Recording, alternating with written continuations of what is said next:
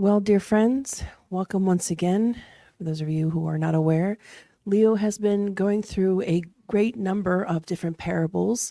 If you haven't already watched the previous lectures that he's given, you can go on to the Spiritist Network or our Facebook page for the Spirit Society of Baltimore, and you can find some previous lectures there around different parables. But today, it is about the perhaps lesser known parable, the parable of the friend at midnight. Leo, please.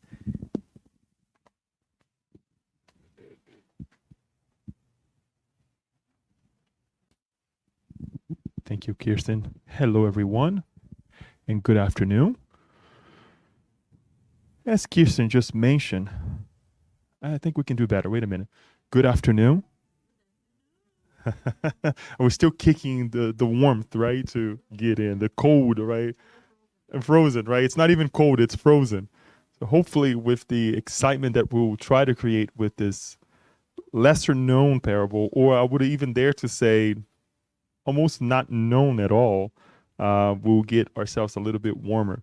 So happy to be here, happy to be with all of you, happy to give continuation to this work as well. That is to study the parables, right? And some teachings too. Not we actually have seen, I think, twice out of last year's talks on the Christ teachings that I believe we had two. I remember December was that was more like of a teaching. But anyways, the parable of the friend at midnight. Have anybody here ever heard of this parable before? One, two, okay, great. So hopefully for those who have seen, right, we can add something. And for those who have never seen it, we can learn something from it, right? The parable of the friend at midnight. There could be, I want just to kind of introduce you this in a nice way. And I'm going to say it now throughout, the talk as well as towards the end, that I would like to, as we have done in the past perhaps too, but to invite you to be not just one side or one individual, but actually try to place yourself as all the characters in the parable. Okay? And we're going to dive more. And I'm going to remind you again of this throughout the parable and at the end, because it's important that we do this, because it helps us not only to be a better person in terms of serving another person, okay, but also understanding the other individual, whether he's a friend or not. So let's keep it as a friend right now. The parable of the friend. Just a highlight on this right here. In some of the versions, Bible versions, we're not going to find this as a parable. Okay, it's just a continuation of the text, and we're going to go through that as well. But if you're looking directly for this parable, you may find yourself, okay, where's this thing? Right? Where is this? Where can I find it? But more details on it. So brace yourselves. Let's just go over it. The parable is actually in Luke chapter 11 from verses 5 through 13. And let us read it, okay? And let's break down a little bit together. So, this is the parable. Then Jesus said to them, "Suppose you have a friend, and you go to him at midnight and say, 'Friend, lend me 3 loaves of bread. A friend of mine on a journey has come to me, and I have no food to offer him.' And suppose the one inside answers, 'Don't bother me. The door is already locked, and my children and I are in bed. I can't get up and give you anything.' I will tell you, even though he will not get up and give you the bread because of friendship, yet because of your shameless audacity, he will surely get up and give you as much as you need. So I say to you, ask, and it will be given to you. Seek, and you will find. Knock, and the door will be open to you. For everyone who asks receives. The one who seeks finds, and the one who knocks, the door will be open.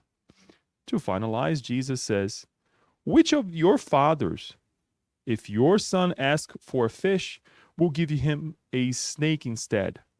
Or if he asks for an egg, will give him a scorpion? If you then, though you are evil, know how to give good gifts to your children, how much more will your Father in heaven give the Holy Spirit to those who ask him? So, let us just digest a little bit in terms of the individuals, right? So we have a friend who goes to another friend at midnight, in the middle of the night, asking for bread, right? So we have one individual on one side of the door, and we have one individual, as well as it is depicted on the parable, family members who are sleeping. Okay? So once more, let us put ourselves on both shoes. The one knocking and the one receiving the knock. And I'll add a third element here, which we're not going to dive too much, but the friend who arrived unexpectedly. Because he's the one knocking is helping another friend who is at his house. So let's think about these things, right? Because I'm quite sure it has happened to us. I'm quite sure we have been the one knocking. I'm quite sure we have been the one receiving at our door. And hopefully, we also have been in a position that we unexpectedly show up on someone's house to say, I need a hand. And we want to, it's nice to keep in the context, yes, but we have to think as well, not only in terms of this context of going knocking somebody's door, but it could be a phone call. It could be a meeting at the center. It could be someone at work. When somebody knocks at our door, the door of the heart, right? The door of our mind to say, think with me here. What can I do, right? To think logically sometimes, right? That is also the bread that some people come to us and they ask. So I want us to, it's like Emmanuel does. I think Emmanuel does a great job on this too, when he's actually in the Living Spring collection. He takes a little excerpt, right? Sometimes he keeps it in context, and sometimes he takes completely out of context. I mean, if you go and read the actual part of the Bible that he's discussing, it's like his explanation is like, what is he thinking? Which is a great thing, right? Because we can go beyond, and that's what he's teaching us. So let us focus on this individual. Now, if we give some qualities to this man knocking on the door, what would you call him? What would you say? That now, and I'm doing this for us to exercise this as much as possible, to look on both sides. If you were to tell, let's call it this negatively, right? Some negative traits to this man, what would you say? If you are the man inside of the house, what would you call this man? Inconvenient? What else?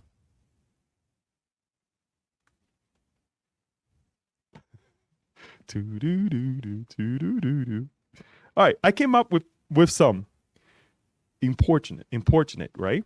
Inconvenient, and we have it here. Annoying, intrusive, unwelcome, unwanted, right? Unexpected, at least, right? And impertinent. Think about it. It's like, what is this man doing at my door at midnight? That's the vision of the person inside, or perhaps some of the family members, right? Because they're going to be looking at it as like, what? I'm not waiting for anybody, right? Right at midnight, right?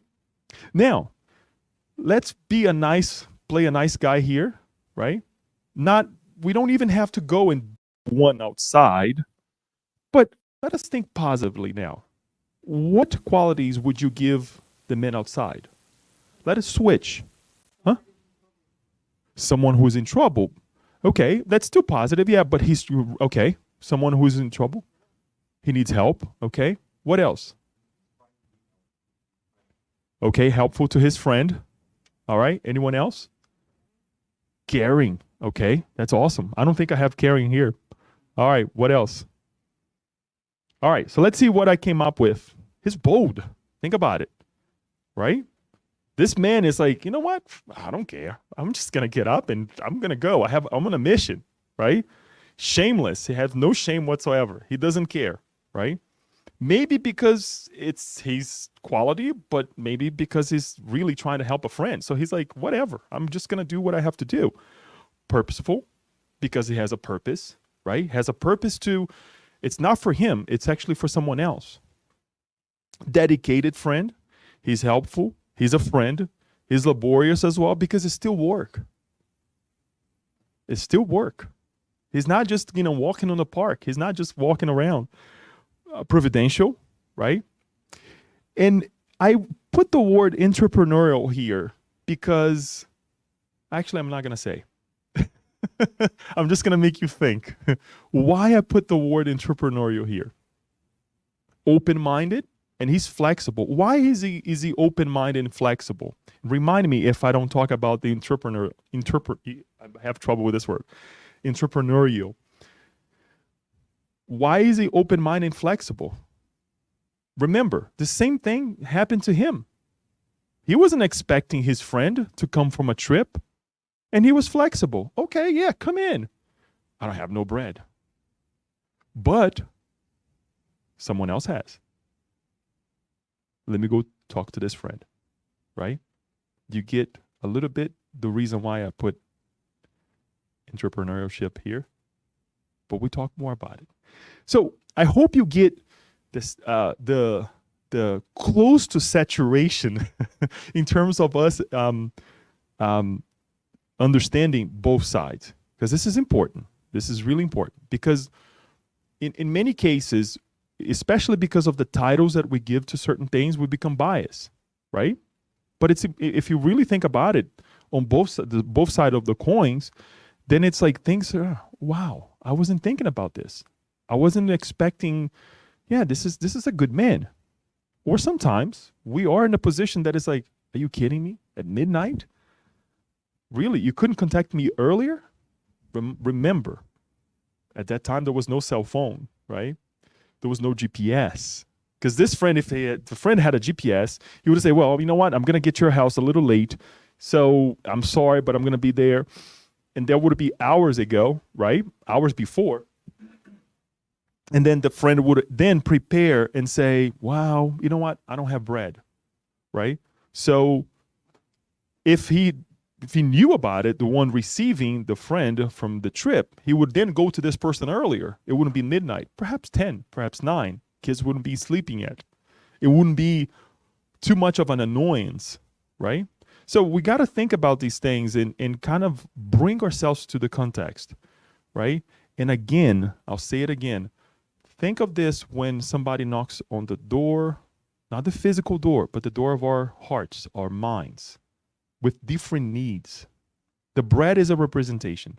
The man in need is a representation. And the man, for sure in the house, is another representation. So we need to kind of dive into these things and not let just, it's a parable, right? Because Jesus, for sure, if he was here with us today, he wouldn't be using this example. He would give us a different parable. Excuse me. So what I would like to do is to take this and divide this into 3 parts. We're going to examine the first part, the second part, and the third paragraph. I would say paragraph. First, second, and third paragraphs, right? So we can actually understand this a little bit better. So before we dive, I'll take a step back. As you can see here, the parable goes from verse 5 to verse 13. So what comes before? Interesting enough, Jesus was actually responding to a question on how to pray. And this is important for us because he explains how we need to pray, but then he gives this parable. So the context then becomes much, much more, I would say, important to all of us, right? Because this is how you pray, but when you pray, you better act, right? And when you act, don't just do once. Do it with intention until you annoy that person, and that person will give to you. If it doesn't come to you easily, keep doing it. Right? So it's like what to say and how to act. And here it is. Luke 1-4 is Jesus teaching on prayer. One day, Jesus was praying in a certain place. When he finished, one of his disciples said to him, "Lord, teach us to pray, just as John taught his disciples." He said to them, "When you pray, say, 'Father, hallowed be your name, your kingdom come, give us each day our daily bread. Forgive us our sins, for we also forgive everyone who sins against us. And lead us not into temptation." Again, Luke 11, 1-4, and this is the New Version.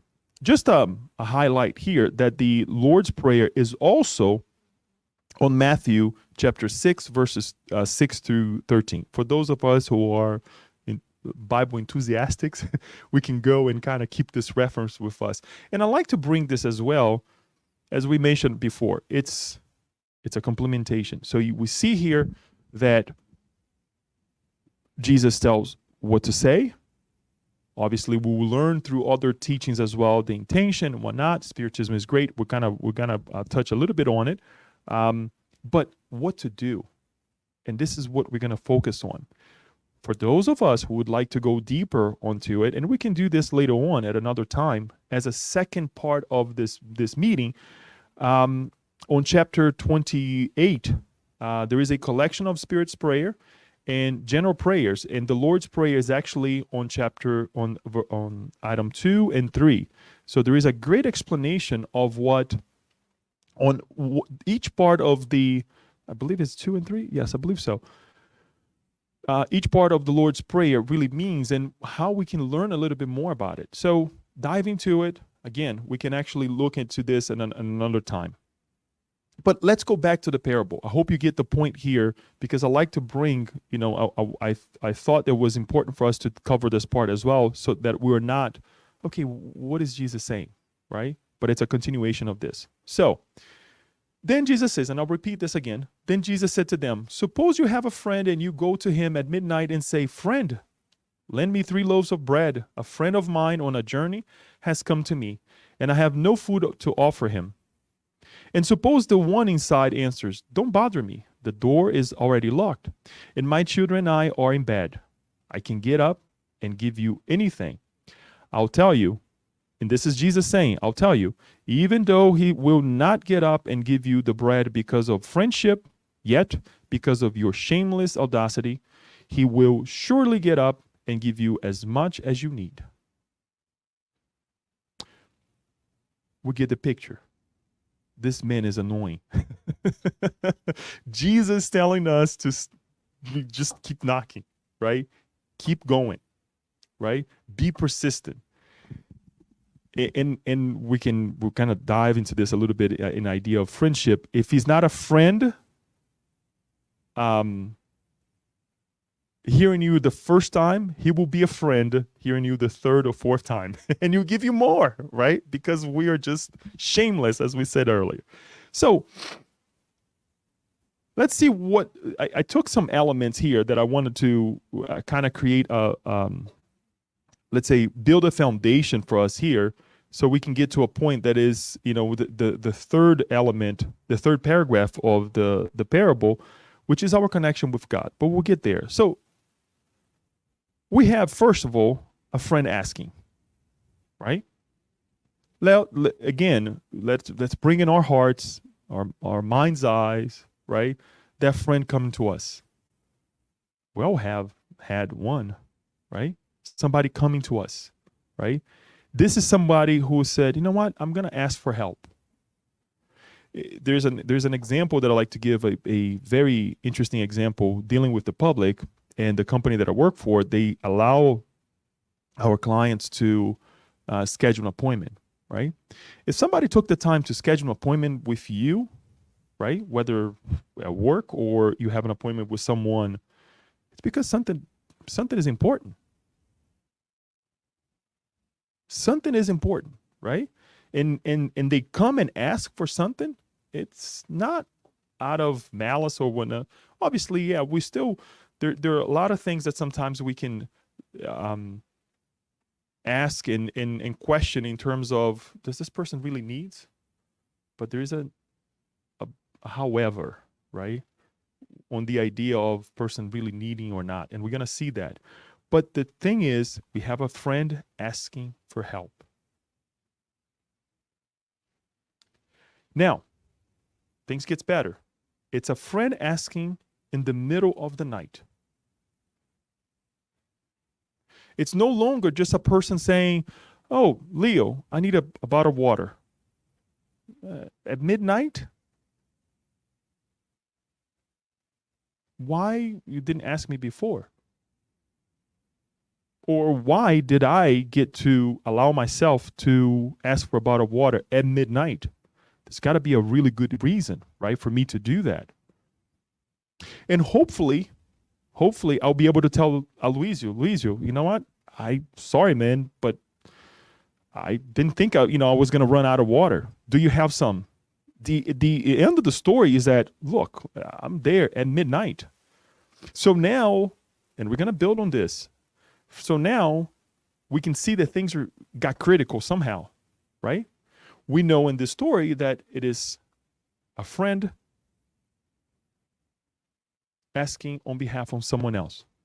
And I ask in the middle of the night on behalf of a third person. So here's the one of the things that we want to highlight, excuse me, that he has a very good reason to be at someone else's door at midnight, right? It got critical for him. He wouldn't be there just, oh, you know what? Just came out of a party, just passing by. No, he was asking. It got critical. I don't have any food for my friend. And talking about the food, before I forget, it's funny because reading quite a bit about this, and I like to go and read not only what we have in Spiritism, but also read from other religions on how they process this information. And sorry if I cannot go back and give you the reference, but one of the things that that I came across is that at that time, if you were to go to someone's house or home, and you ask for something and they say no, that would be super shameful. That would be like, no. I mean, it was that pride of like, if you come to me, I better serve you, right? I have to serve you. It's now I'm obliged to actually help that individual. Okay, just something for us, again, bringing ourselves closer to that time, right? Or what friendship perhaps meant at that time, right? So going back, now he has a pretty good reason to say, I need bread. I'm not just here for nothing, right? I have someone who is actually in my house right now and who needs help, right? Let's continue with this. This is one of the beautiful parts that sometimes we hardly recognize this. A friend recognizes the capabilities or resourcefulness of another. Opportunity to be useful. If Aloysio comes to me and say, I know if I go to Leo asking for water, he has water. Because he loves to buy cases of water. It's not that he's taking advantage of me, but he knows that I am a type of person that, look, I like to drink water. And he can count on me. And he knows that I have the capabilities to serve with that need. Perhaps if he goes and asks for something else, I'm not going to have it, but he knows my resources. And this is the part that I mentioned to you folks earlier today in terms of being the entrepreneurship, right? To be that person who can utilize the resources, not only his, but also someone else's, to be employed for a third person. Much like he can come to me and say, Leo, you know what? Not only I need the water, but if you have some extras, I know that there are a couple other families that I can go by, and I'm going to drop some water there for them. Mind you, at that time, There were no bottled waters, right? And I'm using the idea of water here because, first of all, I saw on the table there, and second, it's something easy for us to digest. But it could be with anything. It could be with anything. I had a friend.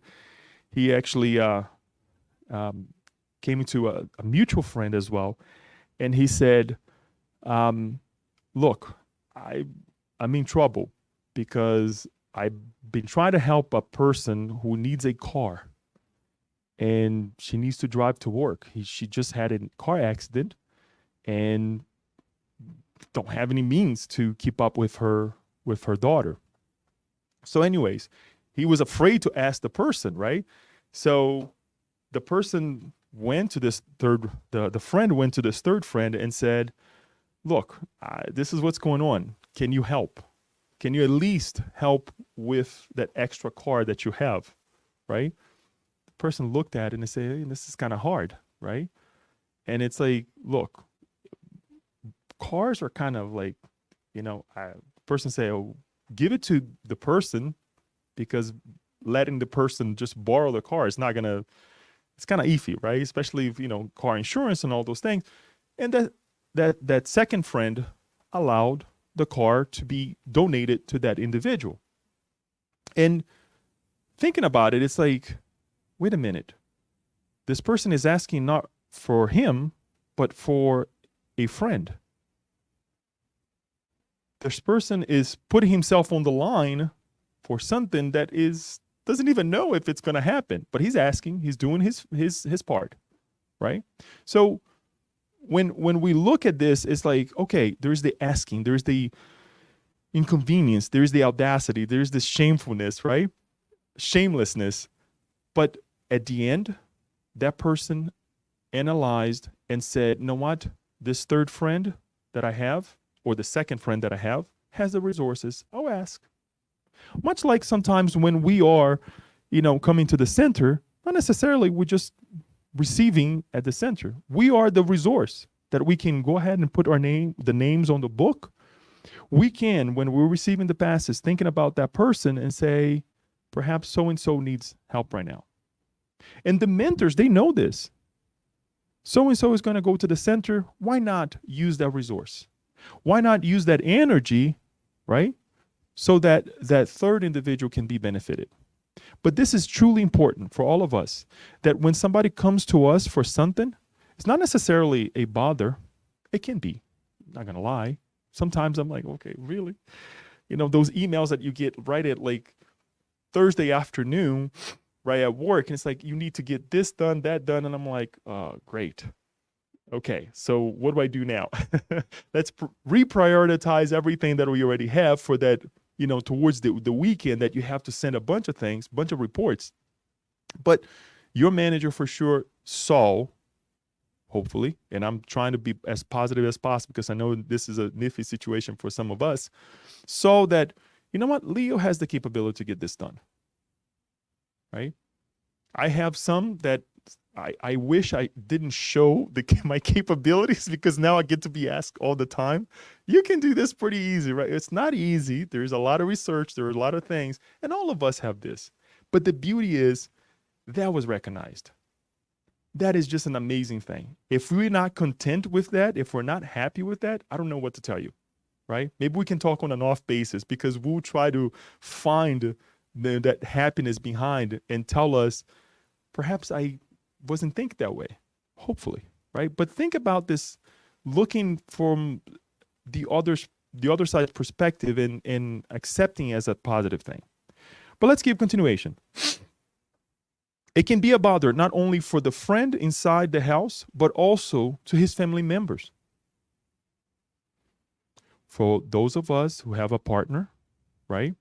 Sometimes the partner may not be friend with this friend, right? So think about it. If I go to Daniel's house in the middle of the night, he has two little ones that are sleeping. So now we also have to be conscientious. Now I'm playing the person outside. Conscientious that, you know what? It's not only going to be a bother for him, but also for the kids. But at the same time, besides being a bother, right? Besides being an inconvenience, It will be a great example for his kids to see, you know what? My father helped Leo in the middle of the night. And guess what? Especially now, they're growing. They're going to see that. They're going to carry that throughout their lives. Still an opportunity to learn, to teach, right? That doesn't mean the person's not going to get up in our level nowadays, right? Not going to get up and be, oh my gosh, all right, let me go down the steps and everything, and see what's going on. What's the energy, right? Why is he knocking on my door at this time? The kids will probably wake up, right? But we also have to take in consideration the environment. And finally, because it's not just the bother in itself, but as I mentioned before, not necessarily the friendship that you present towards that individual who's knocking is the same feeling for those who live with us. And that can get in the middle, right? Because they don't see as you see. They don't feel the same way you feel. So we have to be kind with them as well. And hopefully show them to be kind with you too. That this is an opportunity to not knocking on our doors. And I'm not only getting the benefits only myself, right? Hopefully there'll be a benefit for you as well, because we're going to change the environment, right? That doesn't mean, we have to expect the person to be just like us. No, take a step back and say, look, this is an opportunity. Let's help that individual. But we want to take this in consideration because it is mentioned as well in the parable, much like an excuse, right? But it's also for sure an opportunity for all of us to learn. The friend inside of the house may help or not. We have to understand that person's limitation.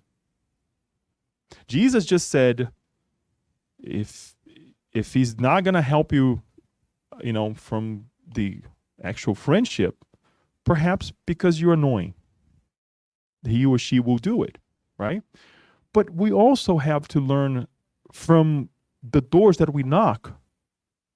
And I'll even say the times that we knock on the door and it only gets to be open after the third or fourth knock, or not open at all, because the person is not there with you.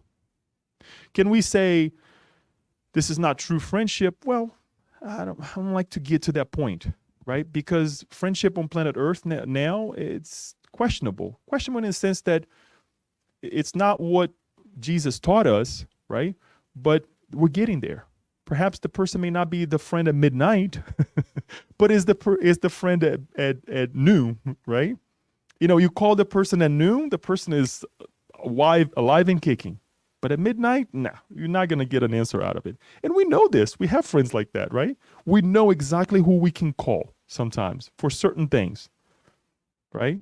At work, we were just discussing this on Thursday when our study group. At work, I have a group of friends that, depending on what I need, for example, if I'm kind of undecided about what to say and how to say it, I'll go to one friend, right? When I know I'm kind of like, all right, I lack the sternness to say or to do something, I'll call another friend. And there we go, little by little. We know the person's limitation as we understand ours as well. And this is good because it allows us to think about our limitation.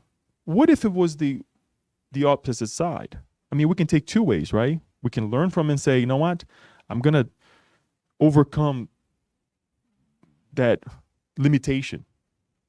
But then, look, if I'm going to do something that perhaps is not going to be, helpful to others, I better not do it, right? I'll give an example. Cooking when we are upset. Think about it. You're doing, yes, you have a purpose, you know all these things, but you do not want to do that task. What do we think we're going to do with that food? It's going to impregnate that food with that negative intention. What can we do? Well, perhaps this is the limitation that I have. I don't like to do this. I don't like to do. But when we explain ourselves, it can be hard for us, and it can be hard for the person receiving too, right? Because they're expecting. So Let us balance it out, right? Let us really find the middle grounds, let's call it, right? In order for us to live a more fulfilling life and not allow ourselves to create hatred, right? Because it's very easy. Oh, I can't believe Leo didn't do this, or I can't believe, I was like, I thought that he was a better friend than he presented to be. Well, you were the one thinking about it, right? But it's up to us. Yet, Jesus tells us to persist, right? So, what is the point that we get that we have to persist? Why are we allowing ourselves, this is the man outside now, okay? Why are we allowing ourselves to having to knock? Or, I'll take a step back, having to go to someone's house at midnight? Could this mean be a little bit more provident and to think that, okay, you know what? I need to have some extra food in the house. We never know who's going to come knock on my door. Same way that he did, he could be thinking that it would be nice for him to think that way as well, right? Why do we allow ourselves to get to the limits where we really have to knock on our door? We can think that he was very intelligent to go to someone else's house and ask for their resources because he identified those resources. But wait a minute, what about my resources, right? What about the capabilities that each one of us have so that we don't get to that point, right? So responsibility, our responsibility to create the actual resource instead of us asking, right? Please folks, there's nothing wrong with asking. We're talking about asking, right? But we want to make sure that we are the one serving, because the moment that we are asking, we're taking from someone else. And nothing on the parable says that he paid those 3 loaves back. That is not even the point, right? But whenever we're asking, we're taking from someone. We're deducting from the accounting, right? And it's much better to serve. It's much better to give, right? It's not that we're going to give more than what we have, right? But just something for us to think about. Now, let us think about the one inside. We already kind of learned about it, right? Why will I let my friend knock 3 times? I'm just giving you a sorry, Daniel. I know I'm tapping here and I'm making noise. Daniel's looking at me. Every time I tap, Daniel's like, really, Leo? So why am I letting my friend knock 3 times? Why couldn't I see it coming? Leo loves to have people at his house, right? So, you know what? I have some extra bottles of water. Take it to his house because I know he will be able to give it to somebody else. It's extra. These are resources that it's going to go bad, right? So why not share instead of having to have that friend even knock the first time? Imagine the 3rd time. I'm not knocking anymore, Daniel. Don't worry. So think about it. Think about the fact that it took this person getting out of the house at midnight to come and knock on my door. What an audacity. Well, maybe if you were to go ahead and share your resources prior from this happening, it wouldn't have happened. And how many times we are confronted with a situation that you think about it should have taken care of this a while ago, right? It's that somebody brings a situation to you or a family member or whatnot, and you're like, okay, I'll deal with it when I deal with it. I deal with it when I deal with it. And when it's like, when it gets in front of you, it's like a monster, right? It was a little tiny beautiful fish, an opportunity, right? To take that situation and make it much better. We didn't. And then it becomes that monster, right? And then we have to take care of it and fix something that perhaps we wouldn't have to do it if we were to take care of then. So think about this annoyance, not only for the person who's coming asking, but the annoyance that perhaps we could have avoided for that friend. There is a passage, very beautiful, in this book right here. I'll show it real quick. Christian Dawn, or Alvorada Cristã in Portuguese. It's chapter 18. Neio Lúcio, the author, through the hands of Chico Xavier, says the following. There was an old man, a very man into a certain age, that he started employing his son to do some of the work that he was doing. And then he tells the son, okay, dear son, here's what I need you to do. You take $300 out of our account, $300, and go and give to this family every month. I need you to do this, right? So the son then takes the money and go to the friend's house. When he gets to the friend's house, he's received well. The house has everything. Furniture, TV, all the things that you can imagine that a decent house would have. He's actually greeted with food. He's actually greeted well, right? That warm welcoming. Oh, yeah, come inside. And he started looking, and it's like, well, I don't think they need this kind of money every month. What is my father talking about? So he leaves the house, and he's puzzled.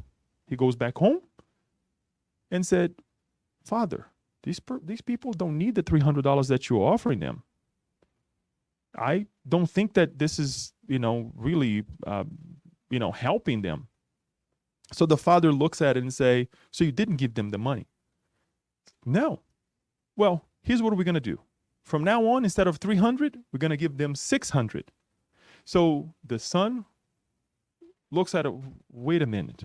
But before he goes, he says the following. This is beyond our capabilities to understand, but Neio Lúcio brings this beautiful example and says, this is the father telling the son, my son, if it is not lawful to give medicine to those who are healthy and alms to those who do not need them, such a rule does not apply to the companions that God has entrusted us. Whoever helps a friend only in days of extreme misfortune can exercise the pity that humiliates instead of the love, that sanctifies. Those who wait for the day of suffering to do a favor will often find nothing but silence and death, missing the best opportunity to be useful. We should not demand that our brother on the journey become a beggar in order to appear superior to him in all circumstances. Such an attitude on our part would represent cruelty and harshness. Let us stretch out our hands to him and let him come up to us, so that our contest will not be in vain pride. Everyone in the world can console misery and share afflictions, but few learn to accentuate the joy of loved ones, multiplying it for them, without selfishness and without envy in their hearts. A true friend, however, knows how to do this. He returns, therefore, and he returns, therefore, and heed my advice so that our affection may constitute a seedbed of love for eternity. I never wished to create dependencies around our door, but rather to create companions forever. For us to be the visionary and say, perhaps Leo doesn't need the help now, but he'll need later. So why not help treat it right now? And yes, for some of us, this is kind of hard because we're giving money before the true necessity is there, the true lack is there, right? But what if we know that this individual is paying for a car loan? Let's say if this individual is paying for going through, the difficulties of helping others, we don't know, right? Why not? What if we can be the visionary of saying, perhaps I'm going to give this person a call, or at work, do you need help with anything else? Is there anything I can help you? I pulled this report. I know you need to pull this report as well. Since I'm here, I'm going to go ahead and, take care of your part for you as well. Because it's going to happen. We don't need a crystal ball or GPS to see that. We know we're going to be there. right? That individual will be there. Sometimes we're a little bit ahead of the game of others, and it's okay, right? So the idea here is for us to be these visionaries, right? That, okay, you know what? I've struggled before. Why not? Earlier today, we're reading item 27 from chapter 5 of the Gospel according to Spiritism. And the question is posed to a spirit: should we put an end to our neighbor's trial? Should we? Oh, but the person's not going to learn. We're not saying that we're going to go ahead and do it for them, but we're going to make it easier, right? We know that the person is going to go through that, but we're going to try to make it easier. We tell the story. I tell the story about, if anybody here asks me to go, for example, to Brazil, to Rio at this time of the year, I'll tell them, look, you don't need any jacket, flat out, right? Because I've been there. I know that you're going to fry with that jacket. Perhaps take something light that when you come back and you're waiting for somebody here back at the airport, you have something to but you're not going to need it there. So don't take anything heavy, because it's just going to be a burden for you to carry it. Life is the same way. That doesn't mean I went and took the trip for that person, or I did the luggage or prepared the luggage for that individual, because that's the person's responsibility. And life is the same way, right? You tell what you have seen, what will make it easier for that individual, preventing them from going through a burden of carrying something that they're not going to wear. Or to facing a situation where they're going to be, well, Leo could have said something, right? He knows, right? And it's the same thing with us. This is hard, folks. For us to, hopefully, as we get to this level, it's like, wow, and if you get there, please let me know. Let us share the examples. And this is something else that I would like to bring here. Often we think that we're showing off, right? No. If you have the opportunity to speak with a person, to speak with someone about your accomplishments, guess what? You never know what that accomplishment will do for others, right? It's not bragging about yourself. It's not to exalt you over the individuals, because the example here is actually saying, let us bring the individual closer to you, right?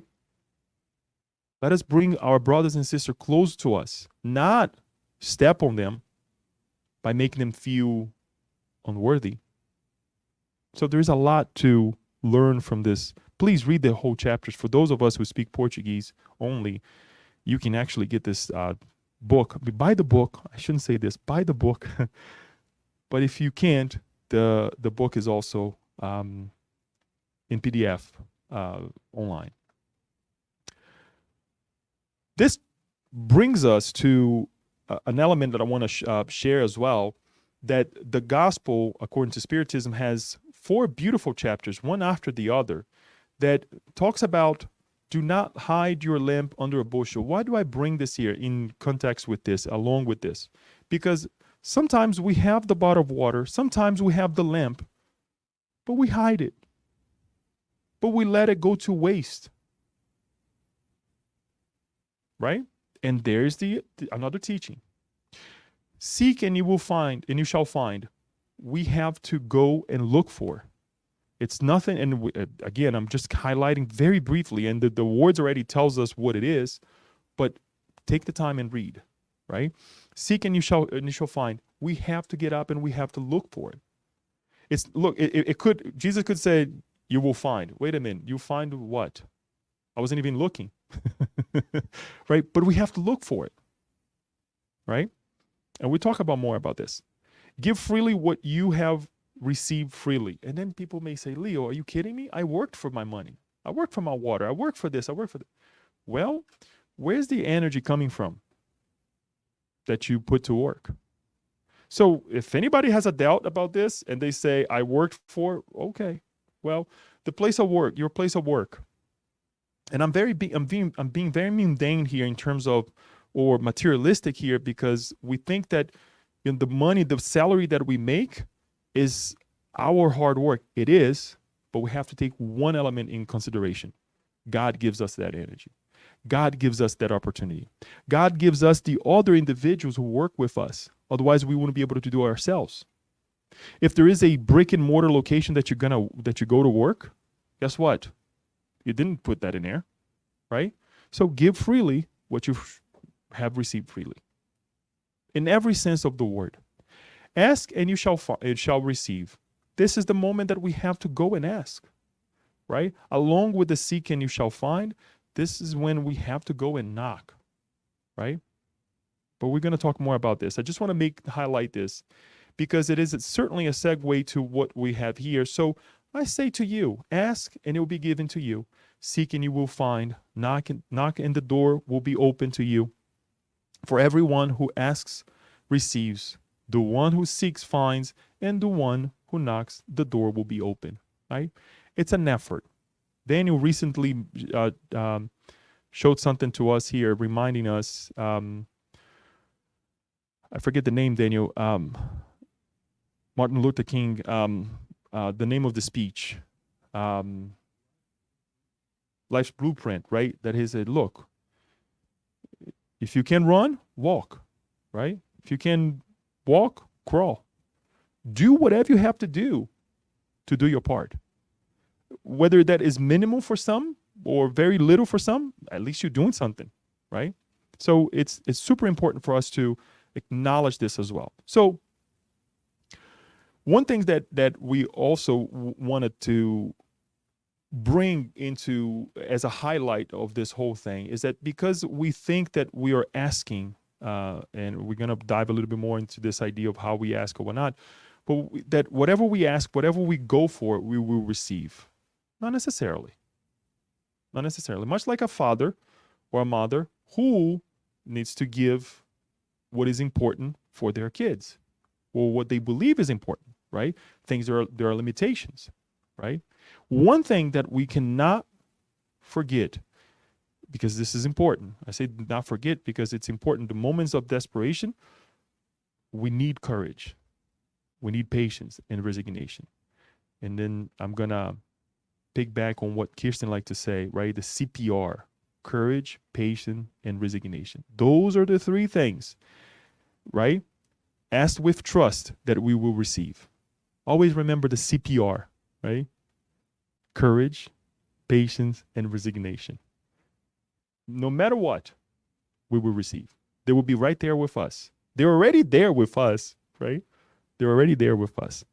This leads us to the last part. And I think I left this as the last part here because it is everything is between us and God, but in an indirect way, but a very direct way as well. This is the moment that we come and say, wait a minute, it's you and I, God. I'm upset, or I need this, or thank you for this, right? Which of your fathers, if your son asks for a fish, will give him a snake instead? Or if he asks for an egg, we'll give him a scorpion. If you then, though you are evil, know how to give good gifts to your children, how much more will your Father in heaven give the Holy Spirit to those who ask him? Here's my question to you. Are you knocking on God's door? And if you are, how many times? Are you being an annoyance to God? Will God be annoyed by you knocking? Have you ever asked those questions? Now think about the man inside of the house, right? The man inside of the house, as a family, has whole humanity. It's God, has whole humanity inside of the house. And you knocking on his door now, right? Will it be an annoyance to this man of the house? Just questions for us to think. But the idea here is the thing. Does God know what we need? I like to believe he does. So why are we knocking desperately? Did we really think, when we go back to this, seek and you shall find? Do we know what we're looking for? Think about it. When we ask for certain things, do we know what we're asking for? In business, we have an idea of when we create a project or perhaps a goal, right? We want to make sure that there are certain elements, right, that we want to make sure it's attainable, right? It's I forget the words now, but it's really stars, right? The letters that start, but I'll try to remember some of them. But it's attainable. It's time bound, right? We have to think of something. When we put a goal together in our lives, or especially in business, that we're gonna get to it, right? It's not just something astronomical that makes no sense whatsoever. Otherwise, business, they would go out of business because it's just something that is not attainable, right? I want to bring this idea because when we're asking anything, when we're knocking on God's door, do we know exactly what we want? Or are we just mumbling words? And this is for me, folks, okay? This is for me. Talking about this, recently, we talked about this at work, and it's like, I already talked to this individual about, quote unquote, a future promotion. Should I keep saying? I was like, yes, do it. Because I was like, wait a minute. The man knocking at midnight, preparing for this person, posed me this question. I was like, yes, do it as many times as needed. You're not doing anything wrong. If anything, if you get a better job, guess what? You'll be a happier person, not only at work, but also at home, right? So your family members will benefit from this as well, right? If you make more money, guess what? Hopefully you'll be able to employ that money a little bit better also. So the win-win situation. But we go back.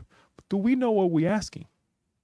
Do we know that do we stop to think of the consequences of what we are asking if we are granted? Remember, God knows. So if we're knocking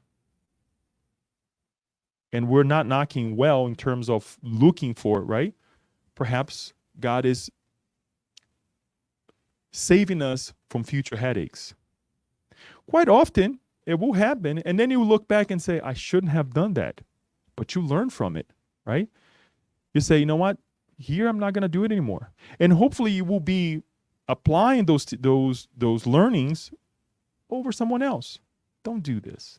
When we talk to kids, right? No, don't do it, because this is going to, create so many headaches. You don't need this right now, right? Not at that age. Wait a little bit more, right? Not, So all of these things, it's very important for us to look at it and create a better relationship with God when we're asking.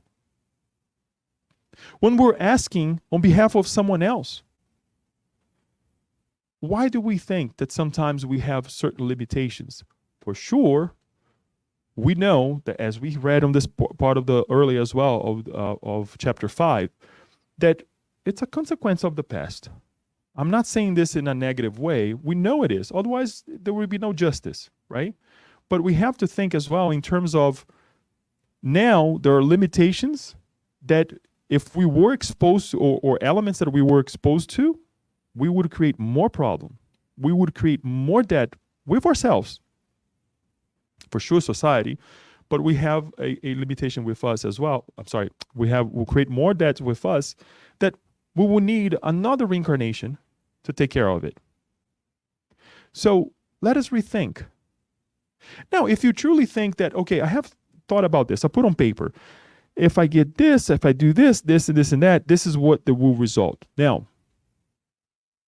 let's not forget our promises, that in case it happens, right, we don't go into some other way, right? Because some people, they change their lives and they forget their family members, they forget where they came from, their roots, right? Now, I'm not saying that perhaps for some of us coming from another country, we kind of lose contact with, a lot of our friends and family members. It's natural, but we develop other ones, right? That we can continue to serve in the same way or perhaps even better, right? So let us think about this. Let us take this parable as well and think about the man inside of the house is God. And he knows what we want. He knows that perhaps if I'm desperate at midnight, it's because I waited too long. But one thing for sure, he already knows, and he will give. If we fathers, fallible fathers, right, we're not going to give a snake to our kids, what about God? So, relationship between us and God. And direct. I'm not talking about like Leo, indirect, or getting between Dione and God. No, it's us directly. It's me asking for CPR, right? Courage, patience, and resignation. It's me asking for whatever. So, we have a friend knocking on someone else's door. Who would you like to be? The annoying individual? And I'm thinking about the one outside. Or do you want to be the good guy? I don't care what Danny will say. I'm going to knock on the door, right? To be bold. And if he says no, I'm going to knock it again. And if the whole family wakes up, great. Now we have more commotion going on, right? Because I have a purpose. Let's never forget that. I'm just not knocking on the door for nothing. I have a purpose. And the purpose is much greater than my needs, is someone else's need, right? If we're the person inside of the door, am I going to get annoyed? Right? At midnight, you come into my house, you better explain yourself, right? And it's okay, because that also will give me the ability to think, I should have seen that coming, right? I should have at least ponder about that, Leo is going through a tough position, right? He told me weeks ago that he was not feeling well, and I didn't even pay attention. Now he's knocking on my door. It is an annoyance, but I could have prevented this individual from going through the annoyance, right? Finally, I'll go back and say again, our relationship to God, God knows, right? And we want to also finalize with this idea that in our Father's house, there are many mansions, right? And we are taking care of one of them. Others are taking care of several of them, right? And we have to establish a better relationship with them. Folks, if we were to ask you now, if you had to give a title to this parable, what would you give? You don't have. It's a rhetorical question. Perhaps during the comments we can say, but what would you give? Because some of the text that we may find, it's the annoying friend, right? Just to think about a friend at midnight. Who is the friend at midnight? Really? If we're not going to the bar or something, I mean, what kind of friend is this? You couldn't knock earlier, but I want you to think about it, right? What would you give, knowing both sides, knowing that they were not alone, right? All of these different aspects, just something for us to think about it. On that note, I would like to open for questions, comments that you may have, and give you thanks for listening and the ability to somehow in the future share this with one another as well. We would like to open for comments, questions, and I'll put on the beginning again so we can see the title that we brought. Anyone would like to? Daniel. Hey, thank you, Leo. Very good question. I wanted to read one from Paula, but before I read her question, and I think she pretty much touched on what was in my mind, and I believe most of the people that's watching your talk as well. It's a trick parable, it's a trick situation, right? Because what is the line that, we should help or not help?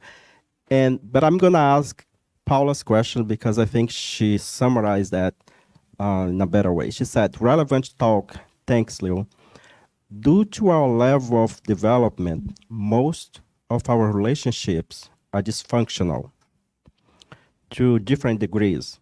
So how do you distinguish enabling codependent behavior from generosity? I'll put it here, Leo, so you can read again.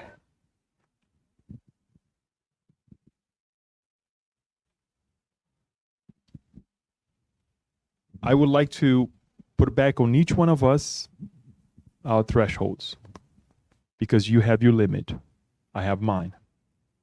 And I'm saying this very serious because there are certain friends, and I'm laughing, right? I'm smiling, but there are certain friends that I go to and I expose myself, telling them my indignation in terms of certain things. They look at me like, I don't see any problem with that. And then I snap out of it and I'm like, oh, that is true. Now, I'm not saying that it changes automatically, that I am that good guy right after. No, I'm not.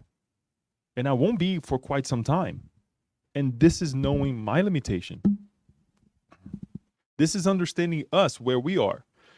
So for me to dwell on, what's right or wrong, we live in norms. We live in different types of cultures, right? That we create we establish these ideas that we're enabling codependency, right? Behavior, or being generous.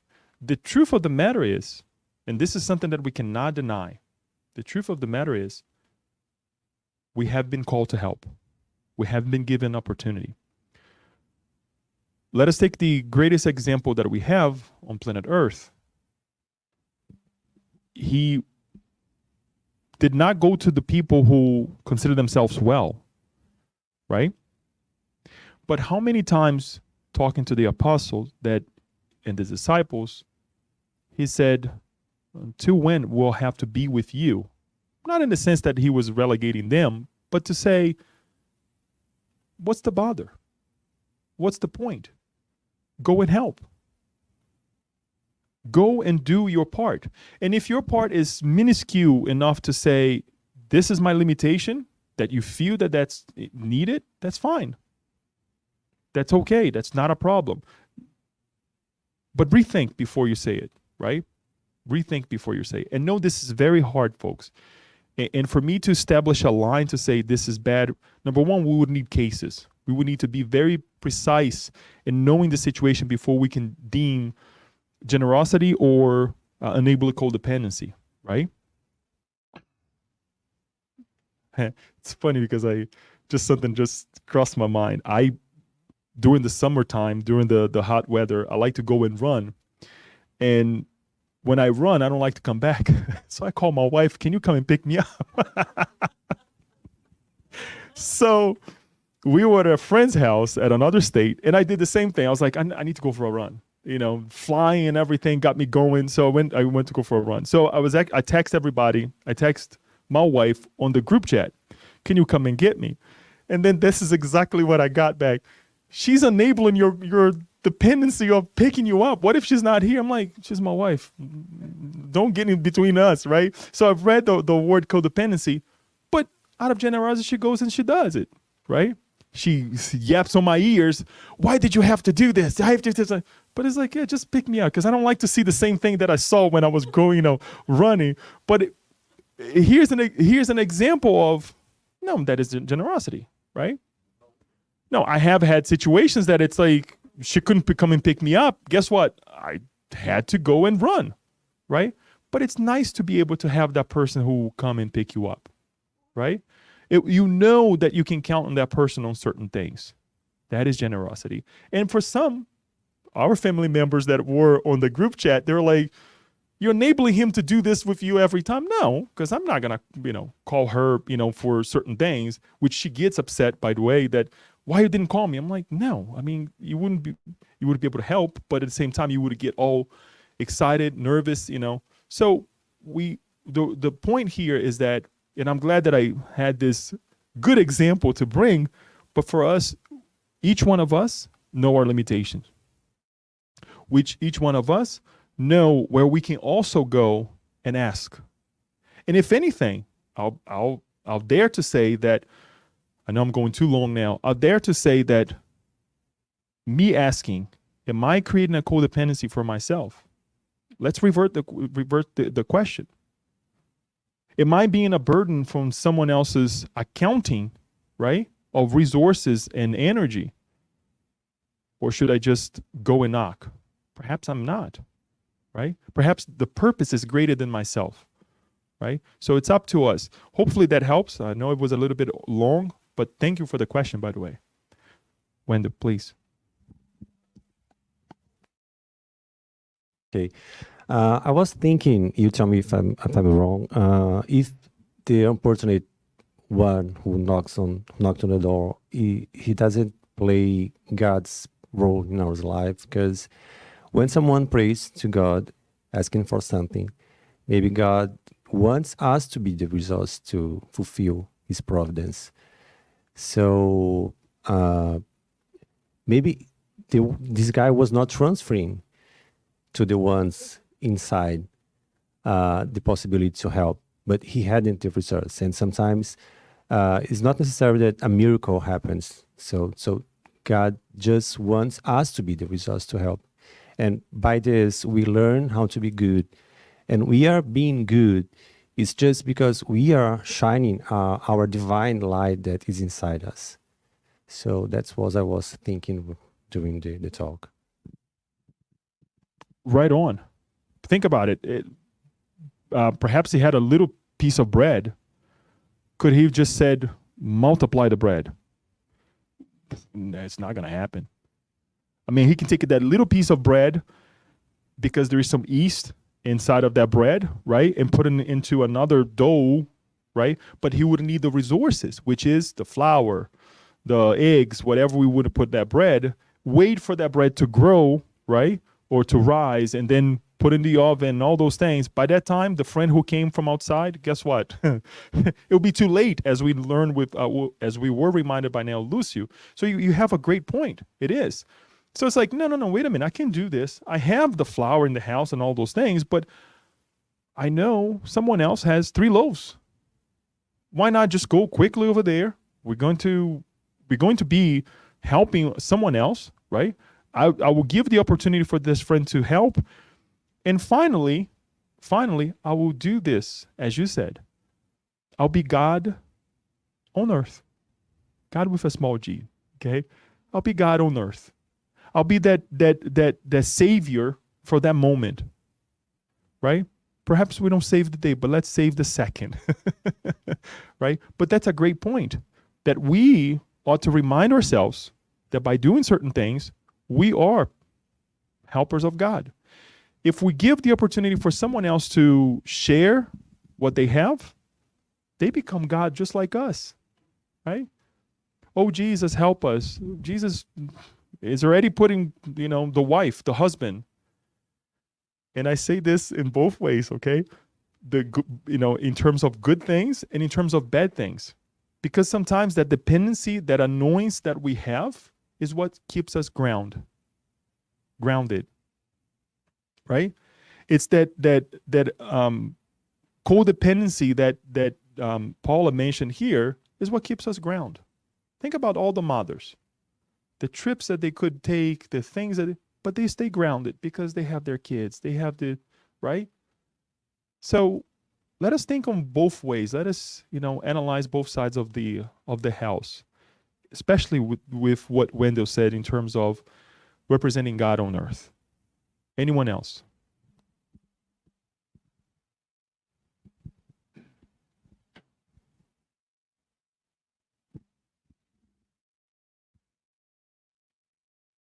This time or never.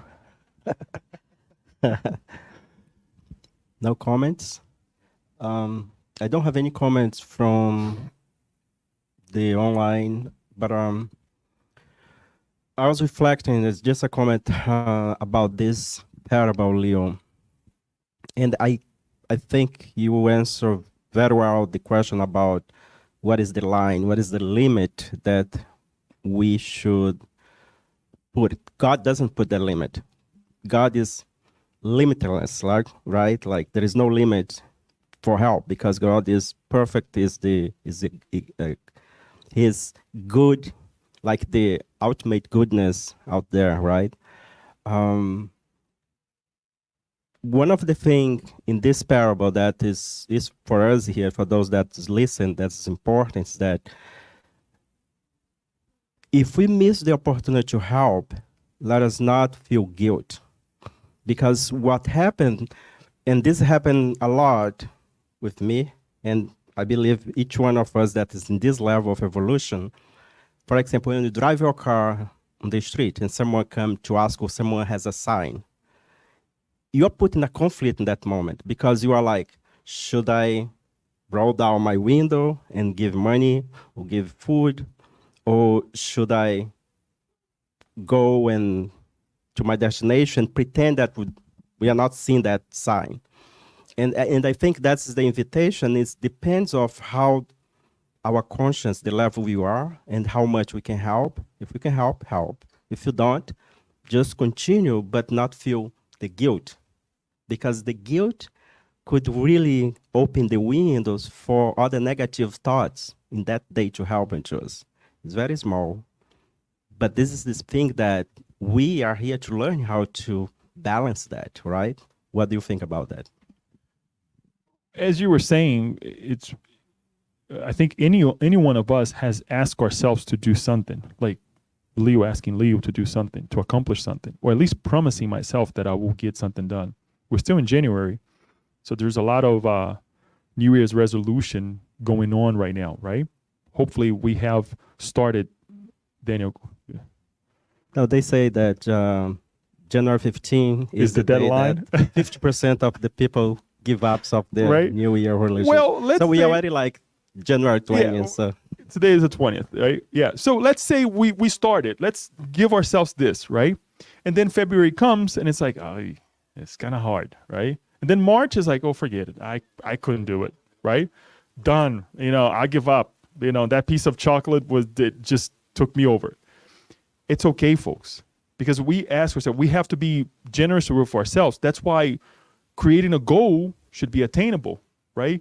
Creating, expecting something, it's okay to expect, but okay, how much is this a deliverable? Let's ask ourselves, right? So we cannot go back and punish ourselves, but at least look at it and say, this is my limitation. This was my limitation 2023, perhaps 2024. I'm not doing the same thing, but I'm going to try to do it in small increments, right? And then if we start treating ourselves that way, there will be a great likelihood that you will do the same thing for your neighbor, right? If we look at ourselves and say, you know what, I just kind of didn't really pay attention. All right, so why not? What happened, right? Or if it gets to a difficult condition, why did it get there? Was I too severe with myself, right? And finally, I'll say one other thing. Hopefully that helps, Daniel, but I'll finally say another thing. Where are we putting our energy? Because yes, we could help the men outside, asking for money. Perhaps we don't have to give $10. We can give $2. We can give $1, right? It's up to you. It's up to you. But what if you're helping with something else already? Why would you feel ashamed? No, I'm employing my money on something else, right? Perhaps I'm helping every month. I'm helping a group of friends who need to receive food, right? And I give money that way, right? It's not that you're trying to compensate here, but where are you putting your energy, right? And there is a great debate on terms of if we give money to people outside, they will continue to do the same thing. They were not going to find a job. It goes back to what Paula was asking, right? Enabling that codependency, right? Can we put our energy in saying employing people? Right? Excuse me, a lot of snow that we got these past few days, right? What about kids outside? can they go and shove away? Look, I'll give you $5. Why don't you snow my driveway, right? You have the resources. You know that they're young, right? They can learn a thing or two, and we're going to employ our resources, right? Instead of creating a codependence. I'm just giving ideas, folks, because as Daniel said, let us not feel guilty, but let's ask, what are we doing with our capabilities and the capabilities of other? 1 second, Louise. Teach how to fish. Thank you. Agnes, go ahead. I've been thinking of everything you guys are saying, and like with the question from Paula, what Leo said about feeling guilt, and also how do we know, right? How do we know if you're helping, or how do we know if you're enabling somebody? One thing that came to my mind is our own consciousness. So God gives us the free will, and also gives us our consciousness. So it's a lot of this inside work that we will maybe allow ourselves to notice. What do we feel when we do that? So we give the money to the person on the traffic light. How do we feel about that? Are you feeling guilty because you are now overthinking what this person is going to do? Are you helping or not? Or if you don't do it, then you feel, okay, now I'm feeling guilty because I have some spare change here. I should have done it. It's our consciousness. It's pretty much like, how do we feel about the situation? Because the intention is before anything. Like you're giving with which intention? What is in your heart as you are doing this act of kindness with a friend at midnight, with somebody that you don't know, randomly somebody that stops you in the street and asks for something? It's all within ourselves to know how do we do this? Do we do or we don't? And I think the part of the guilt is like, don't feel guilty because there will be other chances. There will be many other opportunities in our existence here, right? It's a trial. We are here every single day, every hour of the day, we have a new opportunity. So the part of like not feeling guilty because, okay, I feel like I should have, guarantee you some other day in the week, you're going to have the chance to maybe do it differently. And that's it. That's pretty much like trying and feeling and try to do better each time. Thank you. That's all I was thinking. It's very important that you said, because of two things. The importance of us coming to moments like this, right? And here we're in a gathering, but also come to moments, realizations like this when we are by ourselves. Because what you're doing right now is analyzing the case after the fact. When you're at midnight with your kids sleeping and somebody knocks on your door, I almost guarantee you that you're not going to think that way. You're going to react, right? So the importance of us taking moments like this and multiplying in our lives, right? And thinking, what could I have done better? Not to punish us, put ourselves against the wall, but to say, yeah, I feel guilty. I feel that I could have done something, but like she said, there will be another opportunity and I'll do a little bit better, hopefully, right? Because whenever we are confronted with this situation, we're not thinking clearly. We're just judging, right? We're just, reacting, right? Why is Leo knocking on my door at this time? So let us do what you just said, right? More often. Moments like this together, perhaps by ourselves, when we're laying our heads to sleep, and to think, perhaps I could have done this. May God guard this person or that situation, that position, right? And folks, I'll finalize with one thing, because we're coming to time here. Don't think that this is just somebody knocking our door physically, but mainly spiritually, right? If we look at our society today, there are a lot of opportunities that we can help one another with alms, with money, with food, with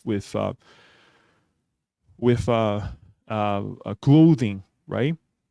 But we lack a lot of spirituality, a lot. If we're able to tell people that we are eternal, when I say eternal, is that we have a past, we have a present, consequently, we will have a future. Imagine, and we really dive into this idea, imagine the difficulties that we would be avoiding.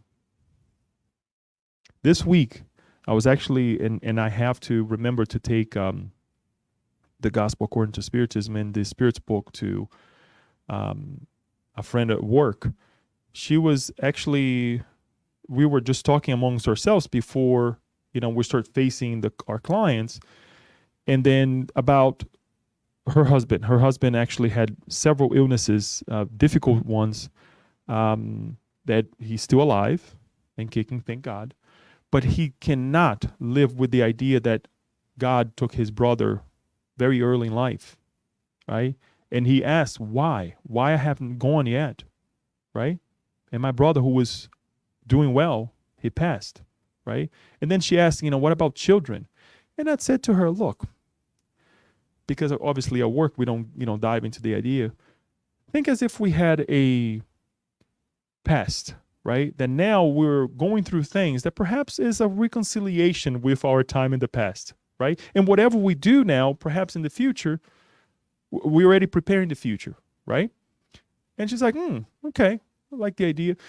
And funny enough, when the location opened its doors to see clients, there were two clients that shared the same thought that she was sharing with us earlier that day. One was about a young family member that passed, and the other was a gentleman actually talking about his wife. Some comment. Why her? Why not me?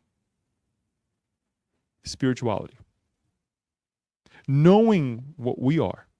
And this is, so let us just not stop at the physical environment. Let us think about broadly with the teachings that we have through Spiritism, that it's much more than that. Because if I know how to teach, as Aloysia said, others how to fish in terms of spirituality, guess what? They will be doing well, much better sometimes than ourselves. They just need that kickstart, right? So with that, we would like to thank once more all of you, all of those who participated with us online, and those who will be connecting with us in the future as well, for this amazing moment that we had studying another very little known, as Kirsten said, parable, right? And we hope that we can carry this with our hearts and share with one another. Thank you.